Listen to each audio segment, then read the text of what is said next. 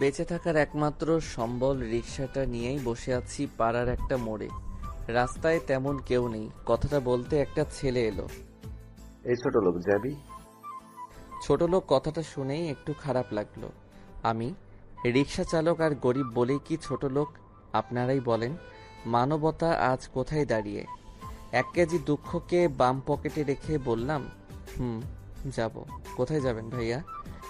তুই চল, আমি বলছি। আচ্ছা ভাইয়া, ঠিক আছে।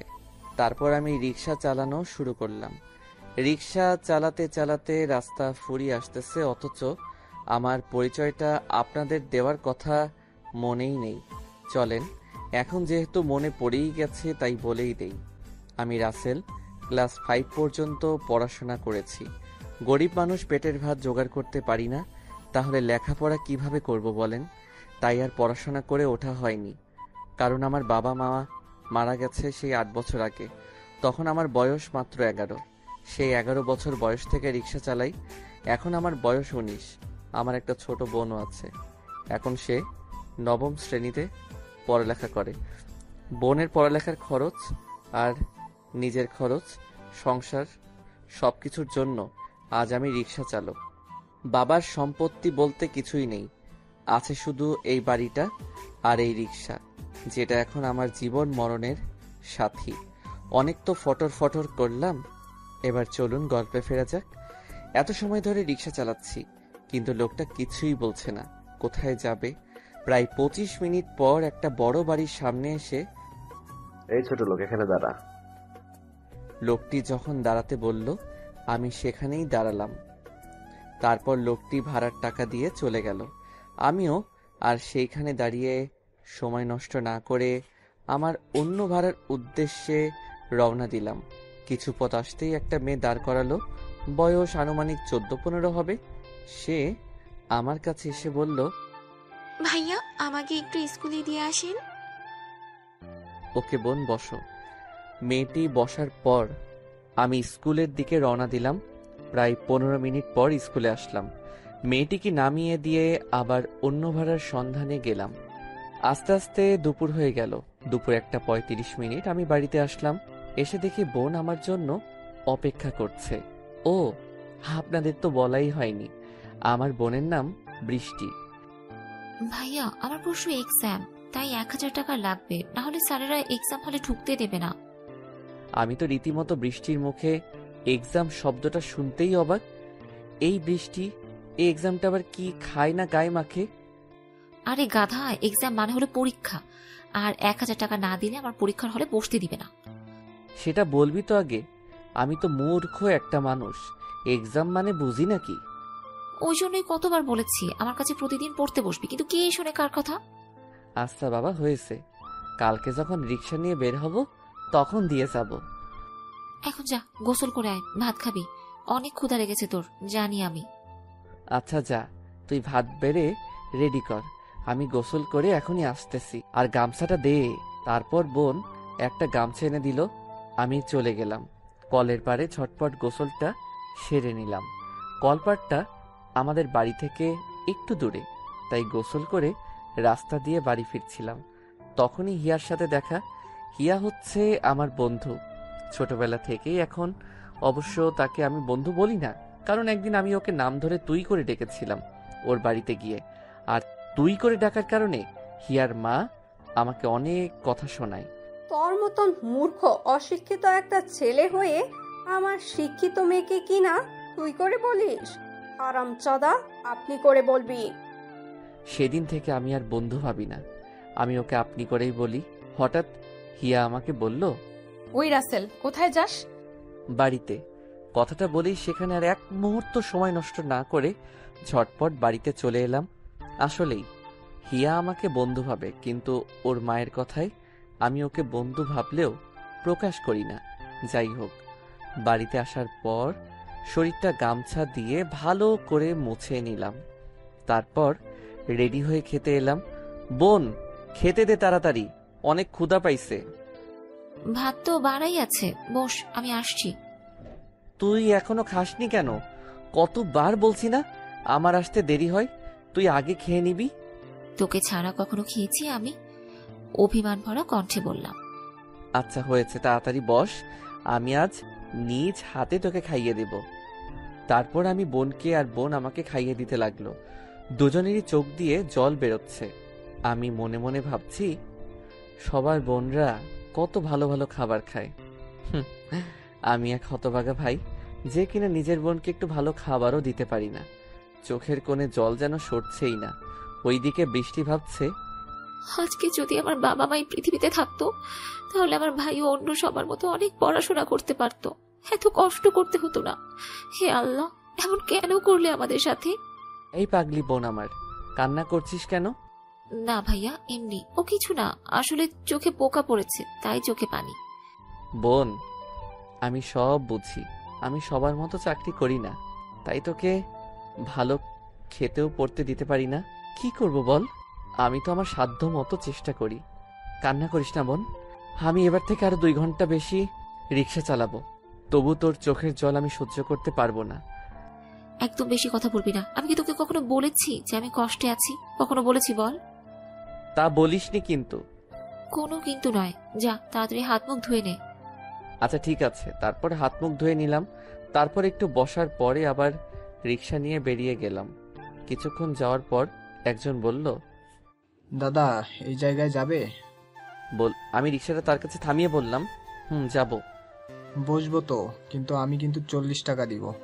আসলে দাদা, আপনি যেখানে যাবেন সেখানকার ভাড়া তো 50 টাকা। আমি 40 টাকা দিব, যেতে হলে বলেন, না হলে ছাড়েন। না বাবা, বসে থাকার চেয়ে এই 40 টাকার ভাড়া মারলে তাও পকেটে আসবে মনে মনে। আচ্ছা, আমি আপনাকে 40 টাকাই নিয়ে যাব, উঠে বসুন। লোকটি বসার পরে আবার রিক্সা চালানো শুরু করলাম। প্রায় 20 মিনিট পর লোকটার বলা ঠিকানায় এসে পৌঁছালাম। লোকটি রিক্সা থেকে নেমে ভাড়া দিয়ে চলে গেল। আমিও সেখানে দাঁড়িয়ে না থেকে অন্য জায়গায় এসে নতুন প্যাসেঞ্জারের উদ্দেশ্যে দাঁড়িয়ে আছি। হঠাৎ কোথা থেকে যেন হিয়া এলো, এসে বলল, এই তাড়াতাড়ি বাড়িতে চল, দেখছিস না সন্ধ্যা হয়ে এলো। আচ্ছা চলুন। তারপর হিয়াকে নিয়ে বাড়িতে এলাম। আসার সাথে সাথে হিয়া রিক্সা থেকে নেমে আমার পকেটে কিছু টাকা মানে ভাড়া গুজে দিয়ে চলে গেল। আমি মানা করা সত্ত্বেও জোর করেই দিয়ে গেল।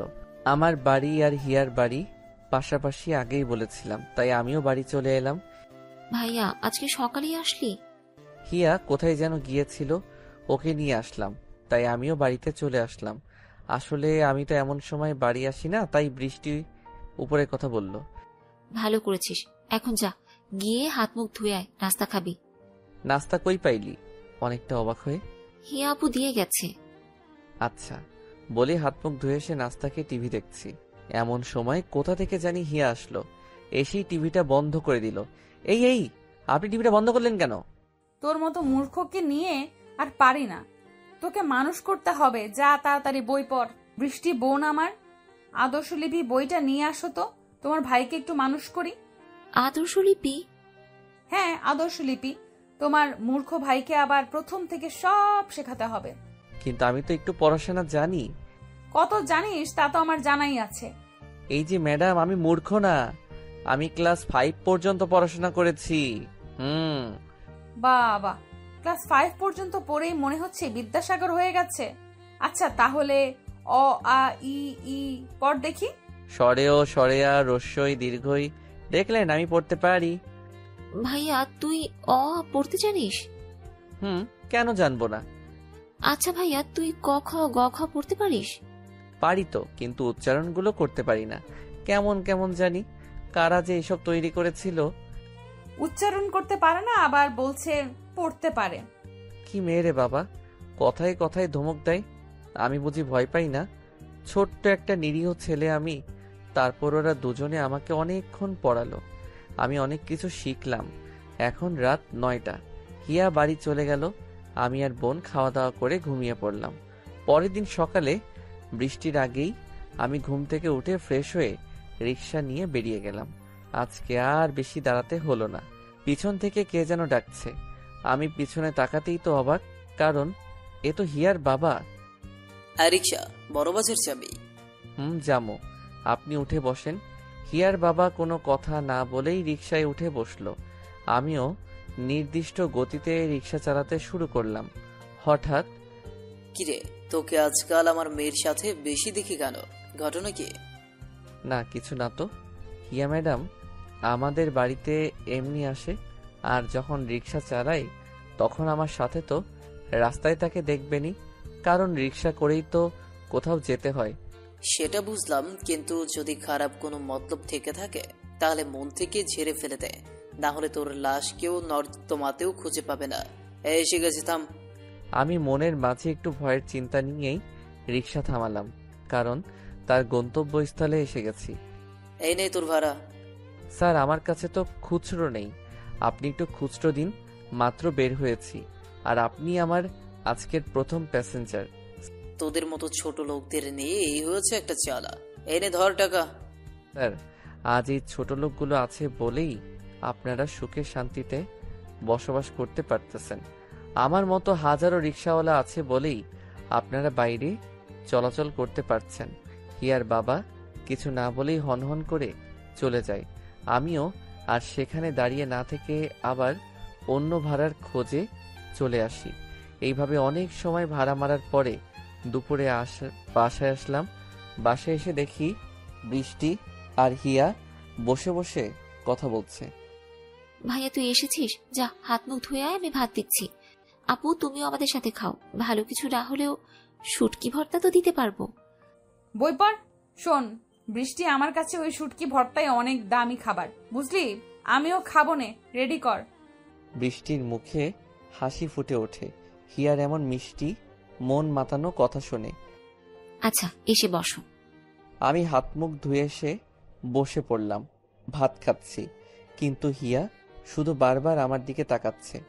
ঘটনা কি বুঝতে পারলাম না। সে যাই হোক, খাবার খেয়ে উঠে একটু বসে আছি। বিকেলে আমার সাথে একটু ঘুরতে যাবে প্লিজ? আমি তো অবাক, এই মেয়ে বলে কি?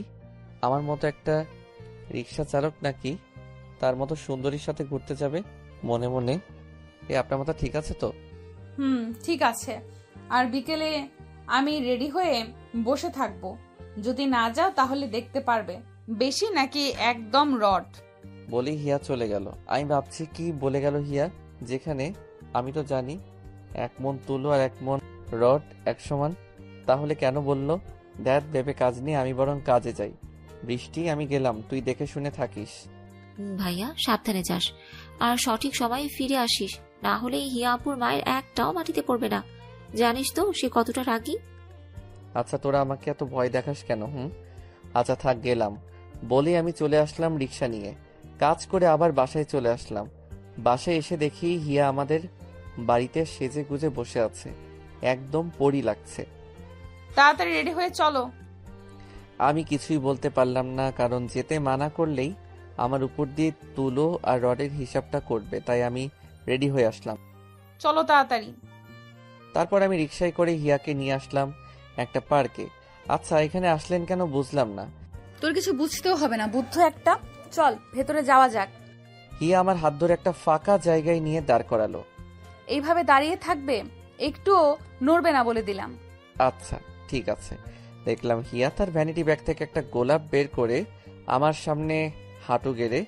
জানি না তোমাকে এই মনে জমা থাকা কথাগুলো কিভাবে বলবো। তোমার সাথে থাকতে থাকতে কখন যে ভালোবেসে ফেলেছি নিজেও জানি না। সেই ছোট্ট থেকেই তোমাকে ভালোবাসি, কিন্তু কখনো বলিনি। আজ বললাম আই লাভ ইউ। কি মেয়ে রে বাবা, সারা জীবন দেখলাম একটা ছেলে মেয়েকে ভালোবাসার কথা বলে, আর এই মেয়ে নিজেই বলছে মনে মনে।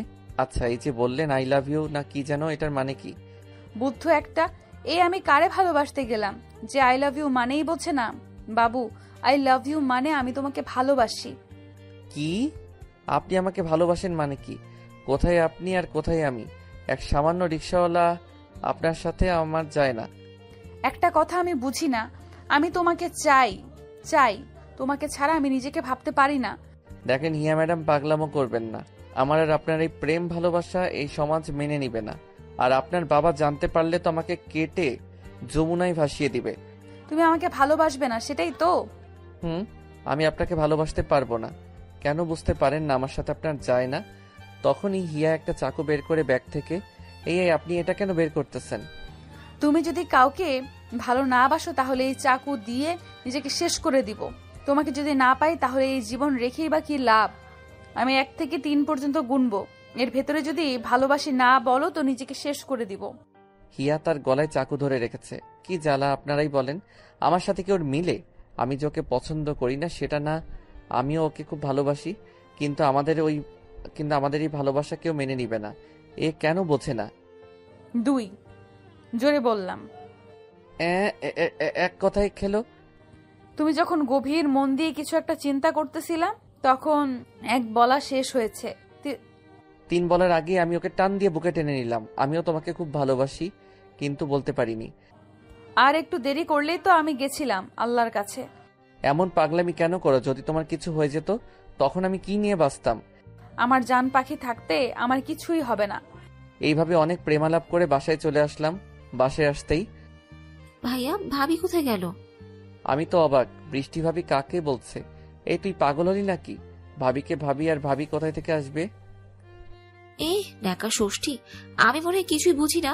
হিয়া ভাবি আমাকে সব বলেছে এবং তোকে কি করে রাজি করাতে হবে সেই প্ল্যানটা আমারই ছিল।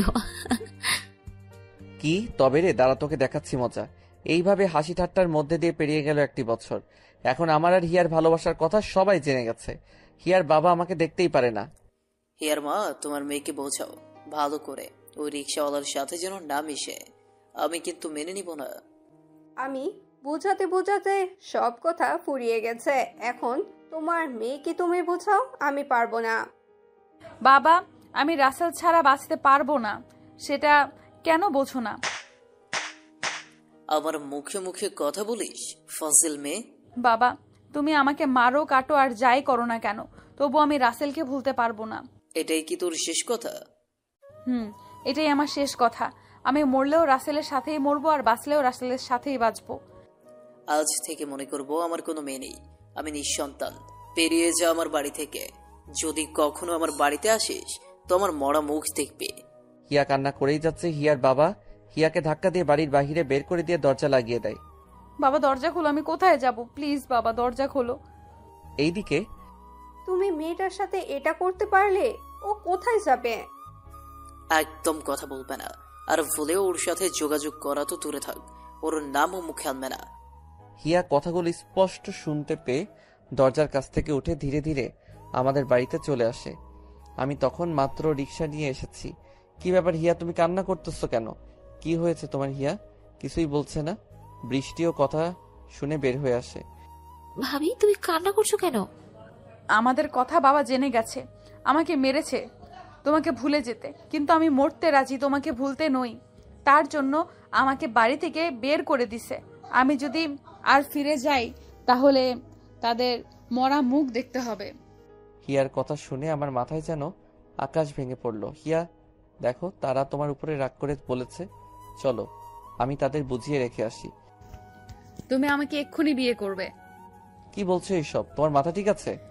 বুঝেছি, সব ছেলেরাই এইরকমই, ভালোবাসবে ঠিকই, কিন্তু বিয়ের করার কথা বললেই মেয়ের মাথা পাগল হয়ে গেছে। আচ্ছা, ভালো থেকো। ভাইয়া, কি হবে এখন? কোথায় যাচ্ছ তুমি? কোথায় যাব? এই জীবন রাখার তো কোনো উপায় নেই। হিয়া চলো কাজী অফিসে, আমি এখনই তোমাকে বিয়ে করব। হিয়ার মুখে হাসির রেখা ফুটে ওঠে। আমি আর হিয়া কাজী অফিসে গিয়ে বিয়ের কাজ সম্পূর্ণ করে বাসায় আসলাম। ভাইয়া, তোর এখানে বস, আমি আসছি। একটু পরে বৃষ্টি হাতে করে একটু চিনি এনে আমাকে আর হিয়াকে খাওয়াই দিল। কি করবে, ঘরে তো আর মিষ্টি নেই। বৃষ্টি, তোমার চোখে জল কেন? ভাবি, ওই দিন যদি আমি তোমাকে বুদ্ধি না দিতাম তাহলে তোমার জীবনে এমন অন্ধকার নেমে আসতো না। আরে পাগলি, কে বলেছে আমার জীবনে অন্ধকার? তুমি আর তোমার ভাই আমার জীবনে এলইডি লাইটের মতো, বুঝেছো? কখনোই অন্ধকার মনে হবে না। বৃষ্টি হিয়াকে জড়িয়ে ধরে কান্না করে দেয়। হিয়া বৃষ্টিকে অনেক কিছু বলে শান্ত করে। ভাইয়া, তুই তো প্রতিদিন বারান্দায় থাকিস, আমি রুমে থাকি। আমি বলি কি, তুই ভাবিকে নিয়ে রুমে থাক, আমি বারান্দায় থাকি। বৃষ্টির কথা শুনে আমার চোখ দিয়ে পানি চলে আসে। আজ আমার মা বাবা থাকলে হয়তো এইভাবে কথা বলতো। বইন, তুই ভাবলি কি করে আমার কলিজাকে বারান্দায় রেখে আমি রুমে থাকবো? এতটা পাষাণ হৃদয়ের মানুষ তোর ভাই না। তাহলে এখন কি হবে? একটাই রুম ঘরে। বৃষ্টি, তুমি আমাকে কি মনে করেছো? আমার একটুখানি খুশির জন্য তোমাকে দূরে ঠেলে দেব? এমন স্বার্থপর নই আমি। ভাবি, বোঝার চেষ্টা করো। আজকে তোমাদের বাসর রাত, আর এই রাত একটা নারীর জীবনে একবারই আসে। বৃষ্টি শোনো, বাসর রাত হয়তো জীবনে একবার আসে, কিন্তু স্বামী স্ত্রী চাইলে তাদের প্রতিটি রাত বাসর রাত হয়ে ওঠে, বুঝেছো? আমি আর তুমি ভেতরে থাকবো, আর তোমার মূর্খ ভাইকে বারান্দায়। কি আমাকে মূর্খ বলে অপমান করা হচ্ছে, তাই না? তুমি জানো না এখন আমি নিজের নাম পুরো লিখতে পারি। এই কথা শুনে হিয়া আর বৃষ্টি হাসতে শুরু করে। হাহা, বৃষ্টি শুনেছো? তোমার ভাই নিজের নাম পুরো লিখতে পেরে নিজেকে শিক্ষিত মনে করতেছে। ভাবি, আজ থেকে আমার আর তোমার মিশন এই গাধাটাকে মানুষ করে তোলা। ঠিক বলেছো। আগে কিছু করতে পারিনি, এখন না পারলে চামড়া তুলে নেব। এইভাবে অনেক কথা বলে রাতে ঘুমিয়ে পড়ি। আজকে আমার বাসর রাত কিভাবে কাটলো সেটা আপনাদের কিন্তু অজানা নয়। দোয়া করি আল্লাহ এমন বাসর রাত যেন কারো জীবনে না দেয়, যেই রাতে স্বামী এক জায়গায় আর বউ অন্য জায়গায়। সকালে আমার আগেই ঘুম ভেঙে যায় হিয়ার বৃষ্টির। আমাকে না ডেকে তার ফ্রেশ হয়ে নাস্তা তৈরি করে যা বাজার আনা ছিল তাই দিয়ে। বৃষ্টি, তুমি রান্না করো, আমি বরং তোমার নবাব ভাইকে একটু জাগিয়ে আসি। যাও ভাবি। তখন হিয়া এসে দেখে আমি এখনো গভীর ঘুমে। হিয়া এসে আমার কপালে একটা ভালোবাসার পরশ এঁকে দেয়। পাগলটা কি ভাবে ঘুমাচ্ছে দেখো, মনে হচ্ছে কোনো চিন্তা নেই, একদম ইনোসেন্ট একটা বাচ্চা। এই বৃষ্টির ভাই ওঠো, অনেক বেলা হয়ে গেছে। আমি হিয়ার ডাক শুনে একটু একটু করে চোখ মিলে দেখি হিয়া আমার সামনে দাঁড়িয়ে আছে। কি বলেন আপনারা? হিয়ার সাথে একটু মজা করাই যাক। হাজার হলেও একটা মাত্র আদরের বউ আমার। আমি হিয়ার হাত ধরে টান দিলাম, সোজা হিয়া আমার উপর এসে পড়ল। এই, তোমার মনে কি শয়তানি বুদ্ধি উদয় হলো নাকি? সকাল সকাল কি শুরু করেছো? এমন কারো কোনো রাতে তো আমার প্রাপ্য আদর থেকে দূরে রেখেছিলে, এখন তো একটু আদর দাও। আমি হিয়ার মুখের দিকে মুখ নিতে নিতে বললাম, এই একদম দুষ্টুমি না। বৃষ্টি যখন তখন আসতে পারে। তাও যাও তাড়াতাড়ি ফ্রেশ হয়ে খেতে আসো, বেলা অনেক হয়ে গেছে, কাজে যেতে হবে নাকি, বুঝেছো? গালে ও কপালে একটা ভালোবাসার পরশ এঁকে দিয়ে চলে গেল। আমিও মিষ্টি বউটার আদর পেয়ে মুখে একরাশ হাসি নিয়েই বিছানা থেকে উঠে ফ্রেশ হয়ে নাস্তা করতে চলে আসলাম। আমি বৃষ্টি হিয়া নাস্তা শেষ করলাম। এই শোনো, আজকে আসার সময় একটু ভালো কিছু বাজার করে এনো। হিয়ার কথা শুনে আমার চোখ দিয়ে জল বেরিয়ে আসে। আমি এমনই এক হতভাগা স্বামী যে বউ কোনো আবদার পূরণ করতে পারবো না। কি করে ভালো কিছু আনবো বলো? সামান্য কিছু টাকা ইনকাম, তার থেকে সংসারের খরচ, বৃষ্টির পড়াশোনার দায়িত্ব, আবার আজ থেকে তোমার দায়িত্ব। কিছু মনে করো না, আমি আজকে থেকে একটু বেশি কাজ করব। আমার কথা শুনে হিয়া আমাকে জড়িয়ে ধরলো। শোনো, চোখে তোমার পানি। এত কষ্ট করতে হবে না, আর আমি পড়াশোনা করব না, এত খরচ বহন করতে পারবে না তুমি। হিয়া, তুমি কি চাও তোমার বাবা তোমাকে বলুক তুমি এমন ছেলেকে বিয়ে করলে যে তোমার পড়াশোনা করাতেই পারলো না? আমি সেটা চাই না। আমার শরীরে রক্ত বিক্রি করে হলেও তোমার পড়াশোনার খরচ চালাবো। আমি মনে হয় আগের জন্মে ভালো কোনো কাজ করেছিলাম, যার জন্য তোমার মতো ভালো মনের একজন মানুষ জীবন সঙ্গী হিসেবে পেয়েছি। চোখ মুছতে মুছতে বললাম। আমি হিয়ার চোখের পানি মুছে দিয়ে কপালে একটা ভালোবাসার পরশ দিয়ে বৃষ্টিকে বলে রিক্সা নিয়ে বেরিয়ে আসলাম। মনের মধ্যে একটাই চিন্তা, কি করে আজকে একটু ভালো কিছু বাজার করে নিয়ে যেতে পারি। এইসব ভাবছি তখনই সেদিনের লোকটি। এই যে রিক্সাওয়ালা, ওইখানে যাবা? আমি কিন্তু 200 টাকা ভাড়া দিব, বেশি দিতে পারবো না। চলেন। তারপর আমি বস্তাটা তুলে লোকটার কথা মতো তার গন্তব্যস্থলে রেখে আসলাম। পুরো 200 টাকাই দিল। এইভাবে সারাদিন অনেক ভাড়া মারলাম। দুপুরে দোকান থেকে কিছু খেয়ে নিলাম। আল্লাহর রহমতে ভালোই ইনকাম হলো আজকে। রাতে বাসায় আসলাম। কিছু বাজার করে ভালো কিছু তো কিনতে পারিনি, তাও যতটা পেরেছি ততটা এনেছি। এই, তুমি আজকে দুপুরে আসলে না কেন? জানো আমার কত চিন্তা হচ্ছিল তোমার জন্য। আরে পাগলি, কান্না করো কেন? আজকে একটু কাজের চাপ বেশি ছিল তাই আসিনি। তাই বলে খাবার খাওয়ার জন্য আসবে না? জানো তোমার বোন কিছু খাইতে চায়নি তুমি ছাড়া। আর বলো না, ও আমাকে ছাড়া খায় না। কেন খাবো? তুই জানিস না তোর মুখে খাবার না দিয়ে আমি কখনোই খাই না। হয়েছে, এখন যাও জলদি এসব রান্না করো। আজকে মজা করে খাবো সবাই মিলে। বৃষ্টি, তুমি পড়তে বসো, আর তুমি ফ্রেশ হয়ে বৃষ্টির কাছে একটু পড়া শেখো। আমি বরং একটু সময়ের মাঝেই রান্নাটা সেরে ফেলি। ভাবি, তুমি একা একা রান্না করতে পারবে না, আমি বরং তোমার সাথে রান্না করি। তোমাকে যেটা বললাম সেটা করো। বলেই হিয়া রান্না করতে চলে গেল, আর ফ্রেশ হয়ে বৃষ্টির কাছে পড়তে বসলাম। পাক্কা 2 ঘন্টা পরে মহারানী রান্না শেষ হয়। আর এই অনেক পড়াশোনা হয়েছে, এখন চলো তাড়াতাড়ি খেয়ে নিবে। তারপর সবাই একসাথে খাবার পর্ব শেষ করে শুয়ে পড়লাম। সকালে সবার আগে ঘুম থেকে উঠে আমি রিক্সা নিয়ে চলে গেলাম। কাজ করে দুপুরে বাসায় আসলাম। এইভাবে চলছিল আমাদের অভাবের সংসার। একদিন রাতে বললাম আমি আর পড়াশোনা করব না, কিন্তু তুমি তো আমার কথা শুনলে না। এখন কালকে 2000 টাকা পরীক্ষার জন্য জমা দিতে হবে। কোথায় পাবে? শোনো, আল্লাহর উপরে ভরসা রাখো, সব হয়ে যাবে। আল্লাহ চাইলে কিছুই থেকে থাকে না। আমি বলি কি, যদি বাড়িতে একটু যোগাযোগ করে দেখতাম। দেখো, তারা তোমাকে শুধু অপমানই করবে, তাছাড়া কিছুই না। আর তারা তো বলেই দিছে তুমি তাদের সামনে গেলে মরা মুখ দেখতে হবে। আমি সকালে টাকা দিবনি। কোথায় পাবে এত টাকা? একটা না একটা ব্যবস্থা হয়ে যাবে। তুমি যাও, শুয়ে পড়ো চিন্তা না করে। তারপর হিয়া আমার ঠোঁটে একটা কিস করে চলে যায় ঘুমাতে, কিন্তু আমার ঘুম ধরছে না। টাকায় আছে 2000 চাউল সহ বাজারে সবকিছু কেনার জন্য। এখন হিয়াকে দিলে বাজার করব কি করে? এইসব ভাবতে ভাবতে কখন যে ঘুমিয়ে গেছি খেয়ালই নেই। সকালে ফজরের আজান দিলে হিয়া আর বৃষ্টিকে নামাজ পড়তে বলে আমি মসজিদে গিয়ে নামাজ পড়ে আসলাম। হিয়া, এই নাও তোমার টাকা। হিয়া তো অবাক, আমি টাকা কোথায় পেলাম? তুমি টাকা কোথায় পেলে? আমার কাছে ছিল। এখন যাও, রান্না করে রেডি হয়ে নাও, আমি তোমাকে কলেজে রেখে আসি। বলেই হিয়া রান্না করতে চলে গেল। বেশ কিছু সময় পরে রান্না শেষ হলে সবাই নাস্তা করে নিলাম। আমি হিয়াকে নিয়ে কলেজে চলে আসি। হিয়া, নামো, তোমার কলেজে এসে গেছি। তুমি আমার সাথে চলো। আমি যাব না, সবাই তোমাকে কি বলবে? একটা রিক্সাওয়ালা তোমার স্বামী, এই কথা বলছি। তখনই হিয়ার বান্ধবী বিথি আসে। কি রে হিয়া, এই ছোট লোক রিস্কাওয়ালা তোর বর? ভাবতেই তো ঘৃণা হচ্ছে আমার। ছি, তোর রুচি এত নিচু। বিথির কথা শুনে হিয়ার অনেক রাগ হয়। ঠাস করে হিয়া বিথির গালে লাগিয়ে দেয়। টাকাটা জমা দিয়েই চলে আসবো। কি বলিস? ও ছোট লোক হোক আর যাই হোক, ও আমার স্বামী। সো ও সম্পর্কে আর একটাও বাজে কথা বলবি না। তুই ওর জন্য আমাকে মারলি? হ্যাঁ, মারলাম।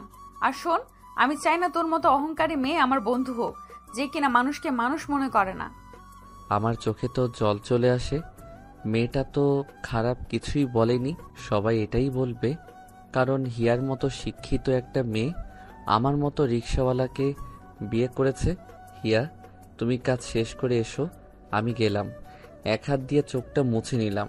হিয়া কিছু বলছে না, কারণ ও বুঝতে পারছে এখানে থাকলে আরো অপমান হতে হবে। তারপর আমি সেখান থেকে ভাড়ার খোঁজে চলে আসি। ওইদিকে বিতি হিয়ার বাবাকে ফোন করে সব ঘটনা খুলে বলে, আর হিয়াকে বিয়ে করেছি সেটাও বলে। হিয়ার বাবা তো সেই লেভেলে রেগে যায়। এইদিকে আমি একটা ভাড়া মেরে আসতেছি, তখনই সামনে দেখি হিয়ার বাবা আমার দিকে তেড়ে আসতেছে, সাথে কিছু ছেলেও আছে। ভয়ে তো আমার কলিজা শুকিয়ে গেল। কিরে ছোট লোকের বাচ্চা, আমার মেয়েকে ভুলিয়ে ভালিয়ে বিয়ে করে নিয়েছিস? কি ভেবেছিস আমি কিছু বলবো না? এটা ভুল। দেখেন, আমি কিন্তু জোর করে কিছু করিনি, বরং আমি হিয়াকে বিয়ে করে আপনার সম্মানহানির হাত থেকে বাঁচিয়েছি। তোর কথা শুনতে আমি এখানে আসিনি। আমার ভাবতে অবাক লাগে, হিয়া তোর মতো একটা ছোট লোক রিক্সাওয়ালাকে বিয়ে করেছে। এই তোরা দাঁড়িয়ে কি দেখছিস? যা ওর রিক্সা ভেঙে ওর হাত পা ভেঙে দেয়। ছোট লোকের বাচ্চাটা পঙ্গু হয়ে পড়ে থাকলে এমনিতেই আমার মেয়ে আমার কাছে চলে আসবে। ওরা আমার রিক্সা ভেঙে তছনছ করে দিল। আমি অনেক বোঝালাম, কিছুই শুনল না ওরা, বরং আমাকে ও অনেক মেরে রাস্তায় ফেলে চলে গেল। আমি খোঁড়াতে খোঁড়াতে বাড়িতে আসলাম। হিয়া বলে মাটিতে পড়ে গেলাম। হিয়া আমার ডাক শুনে দৌড়ে বাইরে এসে দেখে আমার শরীর থেকে টপ টপ করে রক্ত পড়তেছে, আর আমি মাটিতে পড়ে আছি। এই তোমার কি হয়েছে? তুমি এইভাবে পড়ে গেলা কেন? আর তোমার শরীরে রক্ত কেন? হিয়ার কান্না শুনে বৃষ্টি দৌড়ে চলে আসে। ভাবি, কাঁদছো কেন? কি হয়েছে? সামনে তাকাতেই দেখতে পাই আমি মাটিতে পড়ে আছি, শরীর থেকে রক্ত বের হচ্ছে। ভাইয়া, কি হলো তোর? তোর শরীরের রক্ত কেন? এভাবে শুয়ে আছিস কেন? তারপর হিয়া আর বৃষ্টি আমাকে বিছানায় শুয়ে দিয়ে রক্ত পরিষ্কার করে দিয়ে মাথায় পানি দিতে থাকে। এইদিকে বৃষ্টি ডাক্তারকে নিয়ে আসে। ডাক্তার আমার অবস্থা দেখে ভয় পেয়ে যায়। এভাবে কারা মেরেছে নাকি? জানি না ডক্টর, একটু আগে এখানে এসে অজ্ঞান হয়ে পড়ে গেল। খুব খারাপভাবে মেরেছে। আমি ড্রেসিং করে দিয়ে গেলাম, রোগী একটু ঘুমাক আর এই ওষুধ এনে খাওয়াবেন, তবে সাবধান 1 সপ্তাহের আগে যেন বিছানা থেকে না ওঠে। আচ্ছা ঠিক আছে। ডাক্তার ফ্রি নিয়ে চলে যায়। বৃষ্টি, এখন ওষুধ আনার জন্য টাকা কোথায় পাবো? ভাবি, ভাইয়া আমাকে প্রায় কিছু কিছু টাকা দিত কিছু কিনে খাওয়ার জন্য, কিন্তু আমি সেই টাকা খরচ করতাম না। এই নাও 500 টাকা হয়েছে। আচ্ছা, তুমি তোমার ভাইয়ের পাশে থাকো, আমি ওষুধ নিয়ে আসি। হিয়া তাড়াতাড়ি গিয়ে ওষুধ নিয়ে চলে আসে, আমাকে ওষুধ খাইয়ে দেয়। একটু পরে আমার ঘুম ভেঙে যায়। এই তোমরা কান্না করতেছো কেন? এই, তোমার সাথে এসব হলো কিভাবে? আর রিক্সার কি হয়েছে? সন্ত্রাসী দল আমার রিক্সা ভেঙে দিয়ে আমার এই অবস্থা করেছে। কারা এসব করেছে আর কেন করলো বলো? এই কেঁদো না প্লিজ। আর এই বৃষ্টি, এইভাবে কাঁদিস কেন? আমার কিছু হয়নি। এইভাবে 3 দিন চলে যায়। এখন আমি একটু সুস্থ, কিন্তু বিছানা ছাড়তে খুব কষ্ট হয়। বৃষ্টি, তোর মুখ শুকনো মনে হচ্ছে কেন? খাস নাই নাকি? কি করে খাবো ভাইয়া? রাত থেকে ঘরে কিছুই নেই, আর একটা টাকাও নেই। তাহলে কিভাবে খাবো বল? আল্লাহ এমন কেন করলে আমাদের সাথে? আমরা তো কোনো দোষ করিনি, তাহলে কেন এত কষ্ট দিচ্ছ? বৃষ্টি, তোর ভাবি কোথায়? কি হলো, তোর ভাবি কোথায়? ভাবি তাদের বাড়ি গেছে। কি বলিস? কেন গেছে সেখানে? তারা আমাদের কোনো উপকার করবে না কেন? বোঝে না হিয়া, কেন বোঝে না? হিয়ার বাবাই আমার এই অবস্থা করেছে লোক দিয়ে। হিয়া তখন দরজায় দাঁড়িয়ে আমার কথা শুনতে পায়।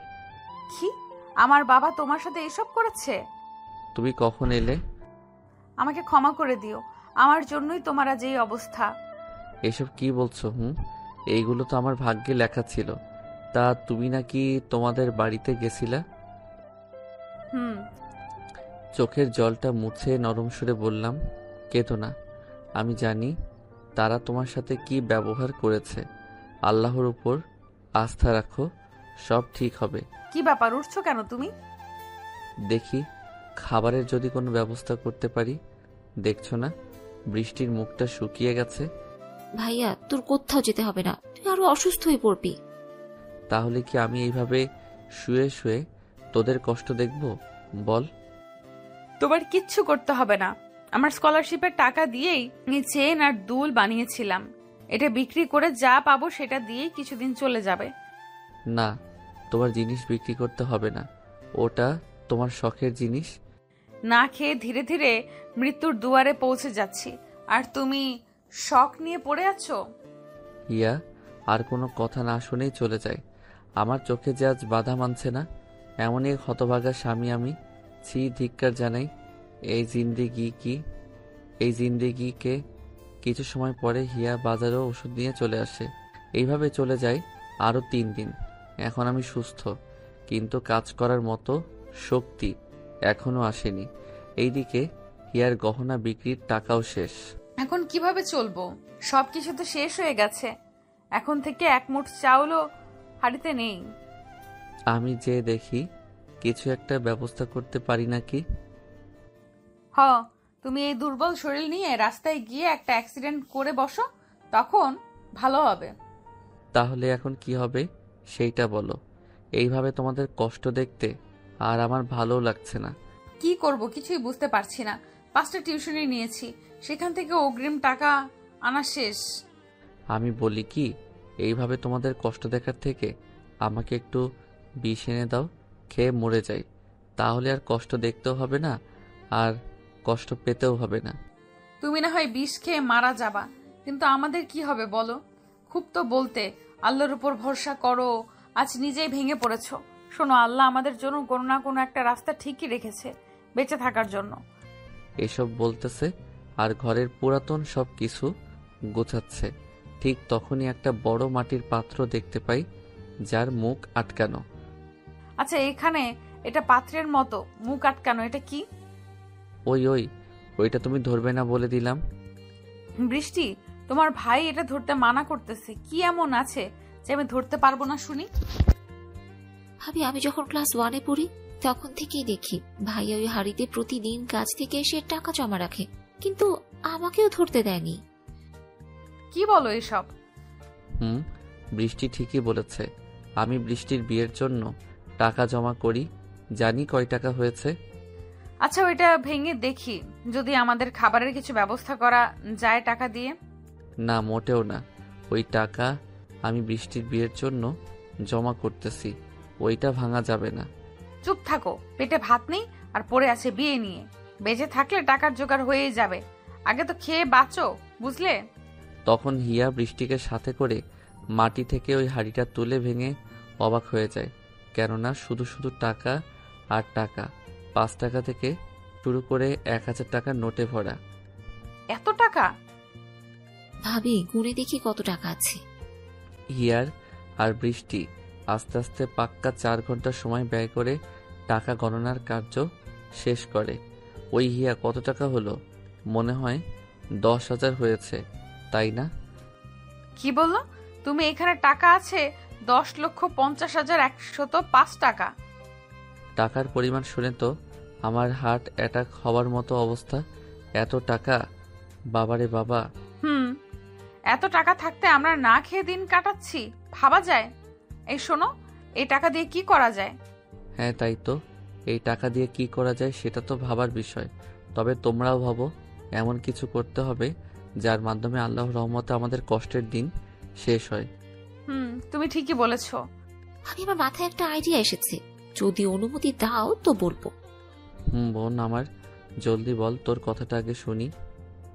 আমিও ভাবি দুজনেই তোর সেলাই মেশিনের কাজ জানি। জানি তো, কিন্তু সেটা দিয়ে কি হবে? হিয়া, আগে তো বৃষ্টির কথা শেষ করতে দাও, তাহলে তো বুঝতে পারবে ও ঠিক কি বলতে চায়। দেখো, সিনেমায় দেখেছি আমাদের বিখ্যাত অভিনেত্রী শাবানা পারভিন কিন্তু সেলাই মেশিন দিয়ে তার ভাগ্য পরিবর্তন করেছিল। আমরা না হয় আল্লাহর রহমতে সেই কাজ করে নিজেদের ভাগ্যকে পরিবর্তন করার জন্য কাজ করব। তুই কথা একেবারেই ফেলে দেওয়ার মতো বলিস নাই। তাহলে আমি বলি কি, 10টা সেলাই মেশিন কিনে আনো, আমি বৃষ্টি কাজ করব। পরে এখানের অনেক মেয়ে আমাদের কাজ দেখে কাজ করতে আগ্রহী হবে, আর তুমি ঘুরে ঘুরে কাপড়ের অর্ডার আনবে। হ্যাঁ, ঠিক বলেছ। এইভাবে আমরা কাজ করতে শুরু করলাম। আমি লোকের দাঁড়ে দাঁড়ে ঘুরে কাপড় বানানোর অর্ডার নিয়ে আসি, আর হিয়ারা কাজ করে। ও, আপনাদের তো বলা হয়নি, এখন হিয়া আর বৃষ্টি বাদে আরও 5 জন মেয়ে কাজ করে। একদিন রাস্তা দিয়ে আসতেছি, ঠিক তখনই দেখতে পাই সামনে এক লোক কি নিয়ে যেন কথা কাটাকাটি করতেছে। তাই আমি সেখানে এগিয়ে যাই। আচ্ছা, আপনারা রাস্তায় দাঁড়িয়ে এভাবে ঝগড়া করতেছেন কেন? আমার কথা শুনে কোট প্যান্ট পরা লোকটা, মানে মানিক, বলে, আর বইলো না, এই লোকের কাছে আমি 300 পিস জামা বানাইতে দিচ্ছি, কিন্তু সে কিছুতেই বানাইয়ে দিচ্ছে না, শুধু ঘোরাচ্ছে আমাকে। ও আচ্ছা, দেখেন, তার মনে হয় কোনো সমস্যা হয়েছে, তাই আপনার কাপড়গুলা বানিয়ে দিতে সমস্যা হচ্ছে। সমস্যা হলে সেটা আগেই বলতে পারতো। এখন আমার 7 দিনের ভিতরে এই জামাগুলো চাই, না হলে আমার কপালে খারাপ আছে। আচ্ছা, আমি বলি কি, আমিও এইভাবে অর্ডার নিয়ে পোশাক বানানো কাজ করে থাকি। যদি আপনি একটু ভেবে দেখতেন। তুমি কাজ সেলাইয়ের কাজ করো নাকি? আমি তো করি না, আমার বাসায় কাজ করার লোক আছে, নতুন শুরু করেছি। আচ্ছা, দেখো তো এই ডিজাইনে কাজ করতে পারো নাকি। যদি পারো তাহলে তোমাকে 1000 পিস কাপড়ের অর্ডার দিব। ডিজাইন দেখে তো আমি অবাক, কেননা হিয়া রাতে আমাকে এইরকম ডিজাইনে কাপড় বানাবে বলেছিল। হ্যাঁ, আমি এই কাজ করতে পারবো। আর যদি কাজ ভালো দেখাতে পারো তাহলে আরো বেশি বেশি কাজ আমি তোমাকে এনে দিব। আমি তোমাকে প্রতিটা ড্রেসের জন্য 520 টাকা করে দিব। তাহলে 1000 পিসের মজুরি আসে 5,20,000 টাকা। এই নাও 20,000 টাকা অ্যাডভান্স, আর তোমার ঠিকানা দাও, এক্ষুনি সব মাল সামানা তোমার বাড়িতে পৌঁছে দিয়ে যাবে। তারপর আমি তাকে ঠিকানা দিয়ে ধন্যবাদ জানিয়ে খুশি মনে বাড়িতে চলে আসলাম। কি সাহেব, আজকে এত খুশি খুশি কেন মনে হচ্ছে আপনাকে? আমি হিয়াকে জড়িয়ে ধরে কোলে তুলে নিলাম। সবাই চেয়ে আছে আর মিটিমিটি হাসতেছে। হিয়া তো লজ্জায় চোখ বন্ধ করে আছে। এই, তুমি কি লজ্জা শরমের মাথা খাইছো নাকি? দেখছো না সবাই ফ্রিতে বাংলা সিনেমা দেখতেছে? হিয়া, জানো আমি আজকে অনেক অনেক খুশি। ভাইয়া, এত খুশির কারণ কি সেটা তো বল আগে। আজকে 1000 পিস কাজের অর্ডার পেয়েছি। 10 দিনে ডেলিভারি দিতে হবে। 20,000 টাকা অ্যাডভান্সও দিচ্ছে। কি সত্যি? হুম। আর মজার বিষয় হলো, কাল রাতে তুমি যেই রকম ডিজাইন বলেছো, এই কাজটা সেই রকমেরই ডিজাইন। তাহলে তো আরো ভালো হবে। কিছু সময় পরে সব মালসামানা দিয়ে কাজ বুঝিয়ে চলে গেল তারা। আমিও সবাইকে কাজ বুঝিয়ে দিলাম। কাজ চলছে দ্রুত গতিতে, সবাই নিজের মতো করে কাজ করতেছে। 9 দিন পরে সকালে আমি ঠিকমতো কাজ করতে পারবো। আজকে তো কাপড় ডেলিভারি দিতে হবে, কিন্তু সবগুলো তো শেষ করতে পারলাম না। সারাদিন করলেও 100 পিস থেকেই যাবে। আরে তুই কোনো চিন্তা করিও না, আজকে সবাই যদি একটু বেশি কাজ করে তাহলে সব হয়ে যাবে। মন দিয়ে কাজ করো। ভাইয়া ঠিক বলেছে ভাবি, আমরা কিছু সময় বেশি কাজ করলে সব শেষ করতে পারবো। আজকে সবার পারিশ্রমিক একটু বেশি দিবে। সবাই বলল তারা কাজ করবে, কেন এই কাজের মাধ্যমেই কারো পড়ার খরচ বা সংসারের খরচ চলে। সবাই অনেক পরিশ্রম করে, রাত 9টার মধ্যে সব কাজ শেষ করলো। সব জামা একসাথে করে আমি সকালে গাড়ি দিয়ে ডেলিভারি দিতে চাই। আরে রাসেল, তুমি 10 দিনে সব কাজ শেষ করেছো? হুম, অনেক কষ্ট করতে হয়েছে সবাইকে, খুব খাটিয়েছি তাদের, শুধুমাত্র আপনার এই অর্ডারের কাজটা সম্পূর্ণ করতে। শুনে খুবই খুশি হলাম, আর কাজগুলো খুবই নিখুঁতভাবে করেছো। এই নাও তোমার বাকি টাকাটা, আর আরো 10,000 পিস অর্ডার নিয়ে যাও। তোমার কোনো সমস্যা হবে না তো শেষ করতে? না, তা হবে কেন? এই অর্ডার পেলে আমি মেশিন আরও বাড়াতে পারবো, যার মাধ্যমে আরও মানুষের কর্মের ব্যবস্থা হবে। দোয়া করি জীবন অনেক বড় হও, সততার সাথে কাজ করো। আমার সাপোর্ট তোমার জন্য সব সময় আছে। ধন্যবাদ আপনাকে। বলেই আমি টাকা বুঝে নিয়ে বাসায় চলে আসলাম। এইভাবে দেখতে দেখতে 2টি বছর পার হয়ে যায়। সময়ের সাথে সাথে আমাদের ব্যবসাও বড় হতে লাগলো। এখন অনেক জায়গা থেকে কাজের অর্ডার আসে, আর ঘুরে ঘুরে অর্ডার খুঁজতে হয় না। এখন আর সেই 10টি মেশিন নেই, আছে হাজার হাজার মেশিন। জমি কিনে ফ্যাক্টরি খুলেছি, বাজারে কাপড়ের দোকান আছে 10টা, নতুন বাড়ি করেছি। এইভাবেই আমাদের ভাগ্যের চাকা পরিবর্তন হতে হতে পার হয়ে যায় আরও 2টি বছর। এখন আমাদের কোনো কিছুর অভাব নেই। একসময় যেই ছেলেকে বিয়ে করার জন্য হিয়া সবার থেকে কথা শুনতো, আজকে তারাই হিয়াকে বলে হিয়ার মতো কপাল কারো হয় না। এই আপনাদের তো বলা হয়নি, এখন বৃষ্টি আর হিয়া কোনো কাজ করে না। বৃষ্টি পড়াশোনা করতেছে আর হিয়া আমার সাথে ব্যবসা দেখে, কারণ আপনারা তো জানেনই আমি পড়ালেখা জানি না। এই চলো না, আজকে একটু শপিং থেকে ঘুরে আসি। আজকে তো আর অফিসে যেতে হবে না, আর কালকে বৃষ্টিও আসবে। কয়েকদিনের জন্য নাকি কলেজ বন্ধ। ও আচ্ছা, চলো, তুমি রেডি হয়ে আসো, আমি গাড়িতে বসে আছি, কেমন? যথা আজ্ঞা মহারাজা। তারপরে আমি গিয়ে বাড়িতে বসে হিয়ার জন্য অপেক্ষা করতে লাগলাম। জানেনই তো পরীক্ষা কত সময় শেষ হবে সেটা বলা সম্ভব, কিন্তু একটা মেয়ের সাজতে কত সময় লাগবে সেটা বলে শুধু মুশকিল না, বরং না মুমকিনও বটে। অনেকটা সময় পরে দেখতে পারলাম আমার সামনে একটা কালো পরী আসলো। বুঝলেন না তো? চলেন বুঝিয়ে বলি। হিয়া কালো কালারের শাড়ি পরেছে, যাতে হিয়াকে পরীর থেকে কোনো অংশে কম মনে হচ্ছে না। এইভাবে কি দেখো? আমার বুঝি লজ্জা করে না? ওরে মারে, বলে কি? তোমার লজ্জাও করে? আগে তো কখনো তুমি লজ্জা পেয়েছো দেখি নাই, আজকে হঠাৎ লজ্জা কিসের জন্য? দেখো, একদম মজা নিবে না, তাহলে তেলাপোকার জুস খাওয়াবো কিন্তু, বলে দিলাম, ফাজিল একটা। তারপর আমি আর হিয়া শপিং মলের উদ্দেশ্যে রওনা দিলাম। গাড়ি চলছে তার আপন গতিতে। রাস্তায় হঠাৎ আমার চোখ আটকে যায় একটা মানুষকে দেখে। সে আর কেউ না, সে হলো হিয়ার বাবা। ও আপনারা তো জানেনই না, আমরা এখন অন্য শহরে থাকি, কারণ হিয়া ওদের শহরে থাকতে চায়নি। হিয়া, তোমার বাবার এই অবস্থা কেন? আমিও বুঝতে পারতেছি না বাবা, পাগলের মতো ঘুরছে কেন? কান্না করে বললাম। আচ্ছা জানো, তুমি চুপটি করে বসে থাকো, আমি বরং যে কাউকে দিয়ে শুনে আসি তোমার বাবার কি হয়েছে। আচ্ছা যাও, আর শোনো, সাবধানে যেও কিন্তু। তারপর আমি গাড়ি সাইড করে একটা লোককে বললাম শ্বশুর মশাইয়ের এই অবস্থা কেন সেটা জানার জন্য। কিছু সময় পরে লোকটা ফিরে এসে বলল, আমার শাশুড়ি নাকি অনেক অসুস্থ, হাসপাতালে ভর্তি, অপারেশন করতে নাকি 10 লক্ষ টাকা লাগবে। ওইখানে গিয়ে কি জানতে পারলে শুনি? আর তুমি ওই লোকটার সাথে কি বা কথা বললে? না থাক, তেমন কিছু না। আর আমি গেলে তোমার বাবা চিনে ফেলতো, তাই ওই লোকটাকে দিয়ে শুনে আসলাম। বলো না কি হয়েছে? তোমার আম্মু অনেক অসুস্থ, হাসপাতালে ভর্তি। অপারেশন করানোর জন্য নাকি 10 লক্ষ টাকা লাগবে। তোমার বাবা অনেক খুঁজেছে কিন্তু কোথাও টাকা জোগাড় করতে পারিনি। তার জন্যই তোমার বাবা পাগলের মতো এখানে ওখানে ঘুরতেছে। ও আচ্ছা, চলো এখান থেকে, আমাদের আর কোনো কাজ নেই তাই না? কোথায় যাব এখন? তোমার আম্মুর অসুস্থতার কথা জেনেও তুমি কোথায় যেতে চাচ্ছ শুনি? আমরা শপিং করতে এসেছি, এখন বলছো কোথায় যাব? আমরা সেখানেই যাব, বুঝেছো? কি, তোমার আম্মু হাসপাতালে মৃত্যুর সাথে পাঞ্জা লড়তেছে আর তুমি শপিং করার কথা বলতেছো? তোমার মাথা ঠিক আছে তো নাকি? হ্যাঁ, আমার মাথা ঠিকই আছে। যারা আমার দুঃসময়ে পাশে ছিল না, আমার সর্বনাশ করতে চেয়েছে, তাদের পাশে কেন থাকবো? জানো, তুমি যখন অসুস্থ ছিলে, টাকার অভাবে আমরা না খেয়ে দিন পার করতাম, তখন আমার বাবা মায়ের পা ধরে কান্না করেছিলাম, আমাকে সাহায্য না করে দূর দূর করে তাড়িয়ে দিয়েছিল। দেখো, তারা ভুল করেছে বলে আমরাও যে তাদের সাথে এমনটা করব সেটা কিন্তু না। তারা আমাদের গুরুজন। তুমি কি চাও সেটা বলো, এত ঘুরিয়ে পেঁচিয়ে কেন বলতেছো? চলো আমরা ওই হাসপাতালে গিয়ে দেখি তাদের কি অবস্থা। এখন তাদের পাশে থাকা আমাদের কি দায়িত্ব।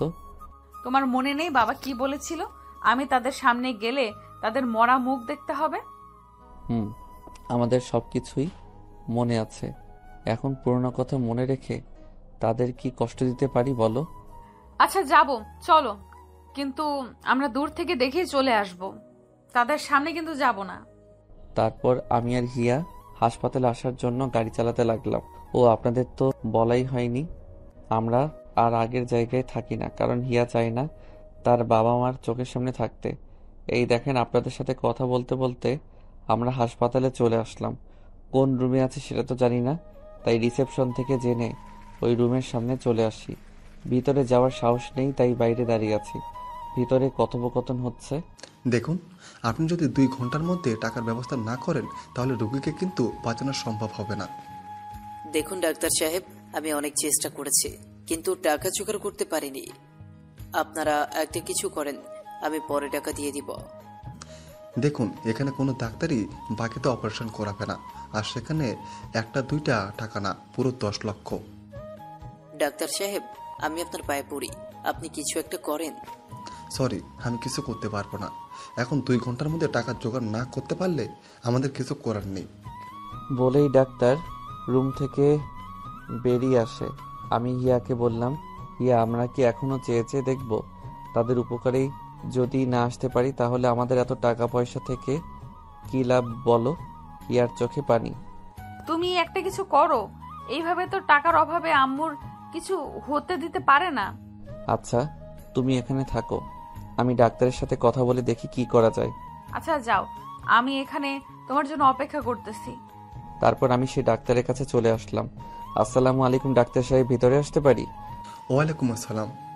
আসেন, কি সাহায্য করতে পারি আপনার জন্য বলেন। ডাক্তার সাহেব, আপনি এখন যেই রোগীর রুম থেকে আসলেন তার চিকিৎসার জন্য পুরো 10 লক্ষ টাকাই আমি দিতে চাই। আপনি এতগুলো টাকা কেন দিবেন?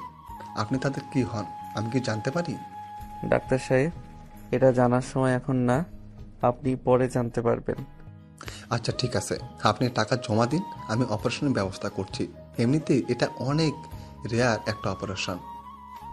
আচ্ছা ঠিক আছে, আমি এখনই টাকা জমা দিচ্ছি, কিন্তু আমি যে টাকা দিচ্ছি সেটা যেন তারা জানতে না পারে। আচ্ছা ঠিক আছে, কিন্তু আপনার পরিচয়টা জানতে পারলে কিন্তু অনেক খুশি হতাম। বললাম না পরে বলবো, আগে অপারেশনের ব্যবস্থা করেন। তারপর আমি সব টাকা জমা করে হিয়ার কাছে চলে আসলাম। হিয়া সব ব্যবস্থা করেছি, একটু পরেই অপারেশন হবে। ও তাহলে এখন চলো বাড়িতে চলে যাই, এখানে থেকে শুধু শুধু কষ্টই হবে, কাছে তো আর যেতে পারবো না। আচ্ছা চলো যাই, এখানে থেকেই বা আর কি করব।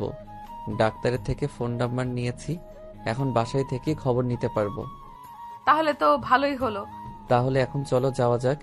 এইদিকে আমরা কথা বলছি রুমের সামনে অনেকটা সময় ধরে, তাই হিয়ার বাবা, এই ওখানে কে আছেন? অনেক সময় হলো দেখছি ওখানে দাঁড়িয়ে কি করতেছেন? কিছু বলছেন না কেন? কে আছেন? আমি হিয়ার বাবার কথা শুনেই তাড়াতাড়ি হিয়াকে নিয়ে সোজা বাসায় চলে আসলাম। হিয়া বিছানায় শুয়ে পড়ল। আমি ফ্রেশ হয়ে আসলাম।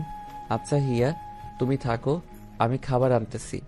না, আমার এখন খাওয়ার কোনো ইচ্ছে নেই, একটুও ভালো লাগতেছে না। তুমি বরং যাও, খেয়ে নাও।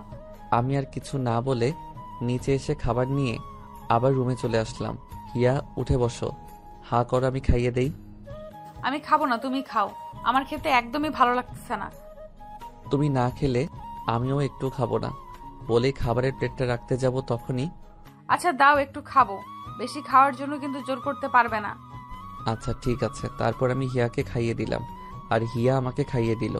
প্রতিটি লোকমার সাথেই যেন ভালোবাসা মিশিয়ে আছে।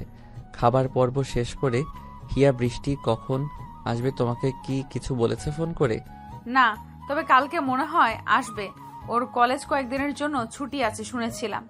ও আচ্ছা ঠিক আছে, আমি দেখছি। এইভাবে দেখতে দেখতে রাত হয়ে যায়, আমি রুমে শুয়ে আছি। আসো, খাবার খাবে। এই তোমার শয়তান মতলব এখন একদম করবে না কিন্তু। বারে, আমার বউয়ের সাথে আমি শয়তানি করব তাতে তোমার কি? বলছি আর ধীরে ধীরে হিয়ার দিকে এগিয়ে যাচ্ছি। হিয়া পিছনে যেতে যেতে দেওয়ালে আটকে যায়। দেখো, একদম দুষ্টুমি করবে না বলে দিলাম, সব সময় রোম্যান্স মনে হয় এসেই থাকে। হিয়ার ঠোঁট কাঁপতেছে, নিঃশ্বাসও ভারী হচ্ছে। আমি ধীরে ধীরে হিয়ার ঠোঁট নিজের দখলে নিয়ে নিলাম। হিয়া প্রথমে রেসপন্স না করলেও একটু পরে রেসপন্স করে পাক্কা 10 মিনিট পরে ছেড়ে দিলাম। আমাকে কি মেরে ফেলার পরিকল্পনা নিছো নাকি? আর একটু হলে তো দম বন্ধ হয়ে আসতো। বাবারে বাবা, হাঁপিয়ে হাঁপিয়ে বললাম। হা হা হা, ওই আমার না মন ভরেনি, আবার একটু দাও না গো লক্ষ্মী সোনা বউ আমার। বুঝেছি, তোমার জন্য ইঁদুরের স্যুপ, টিকটিকি দিয়ে সবজির সাথে ভাজি আর তেলাপোকার জুস খাওয়াতে হবে, না হলে দুষ্টুমি যাবে না। ছি ছি, এইসব খাবারের রেসিপি তুমি কোথায় পাইছো? শুনেই আমার ঘৃণা আসতেছে। তাড়াতাড়ি আসো, খাবার ঠান্ডা হয়ে যাবে। তারপর আমি আর হিয়া নিচে চলে আসলাম।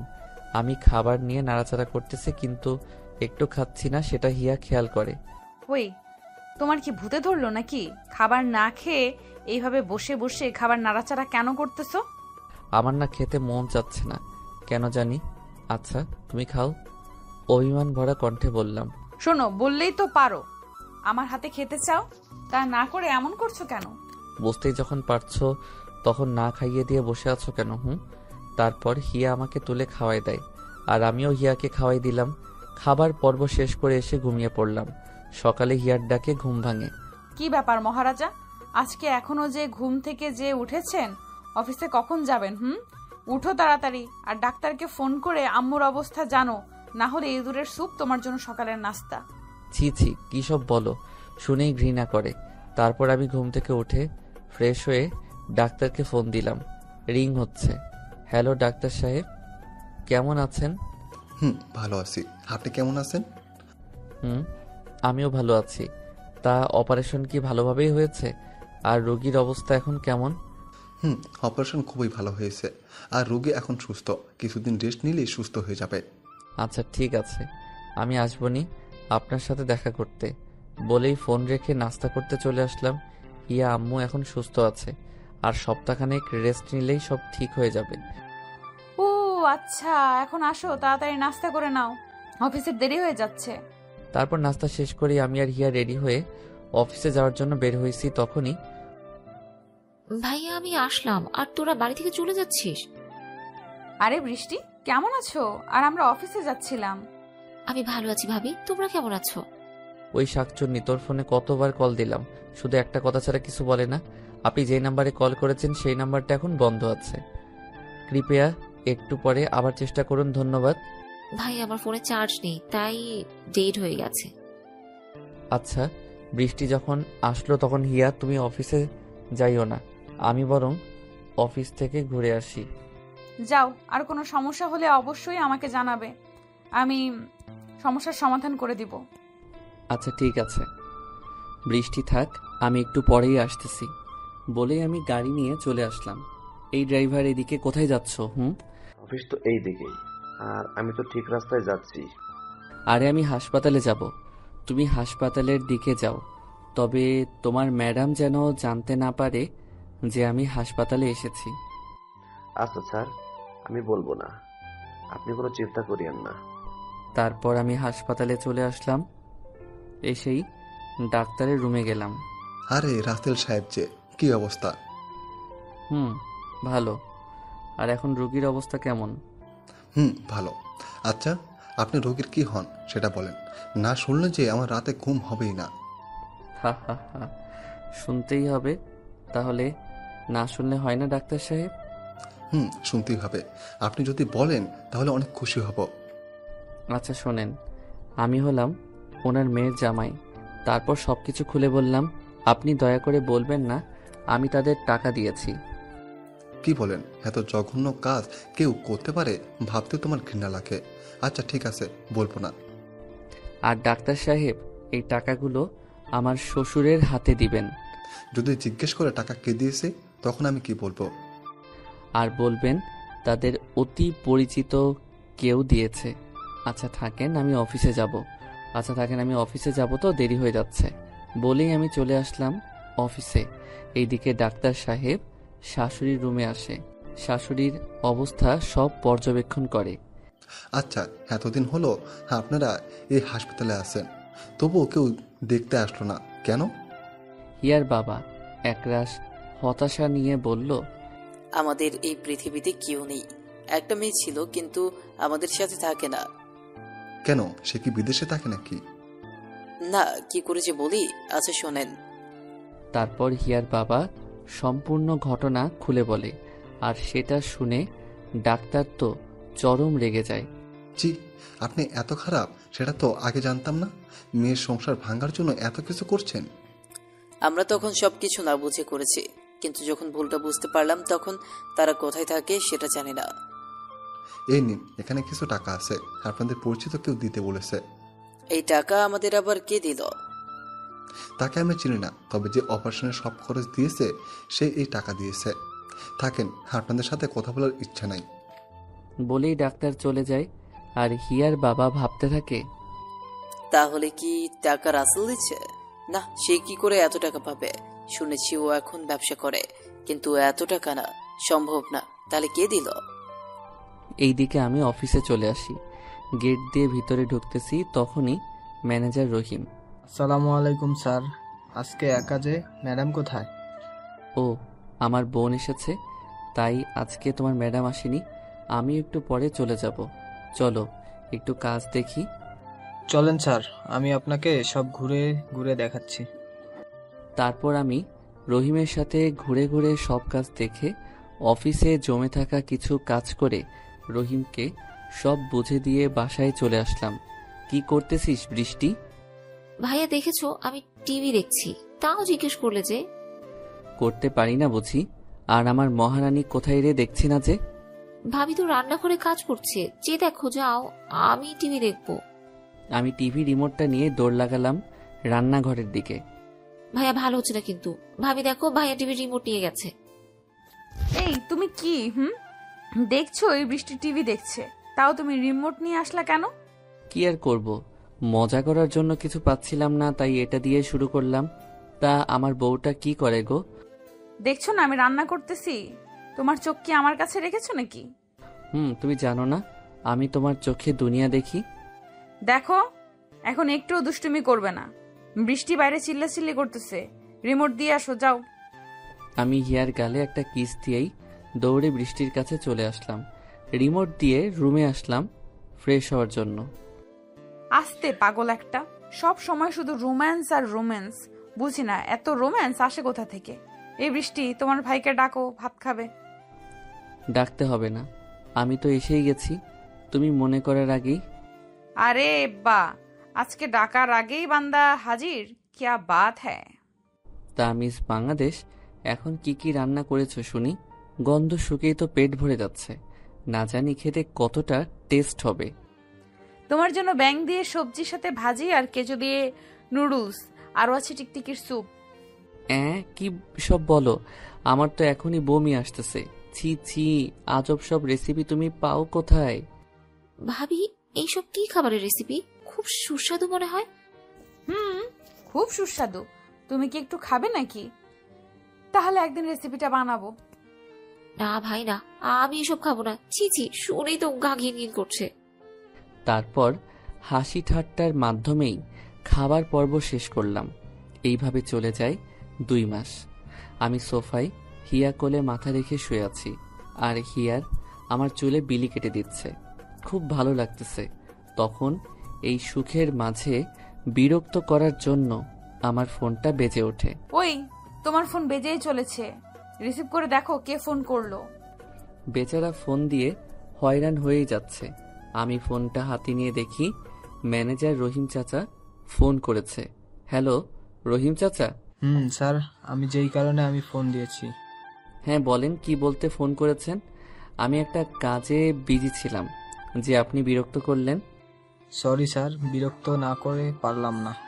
আমাদের যে ইংল্যান্ডের একটা প্রজেক্ট পাওয়ার কথা ছিল, সেই মালিক এসেছে আপনার সাথে কথা বলতে।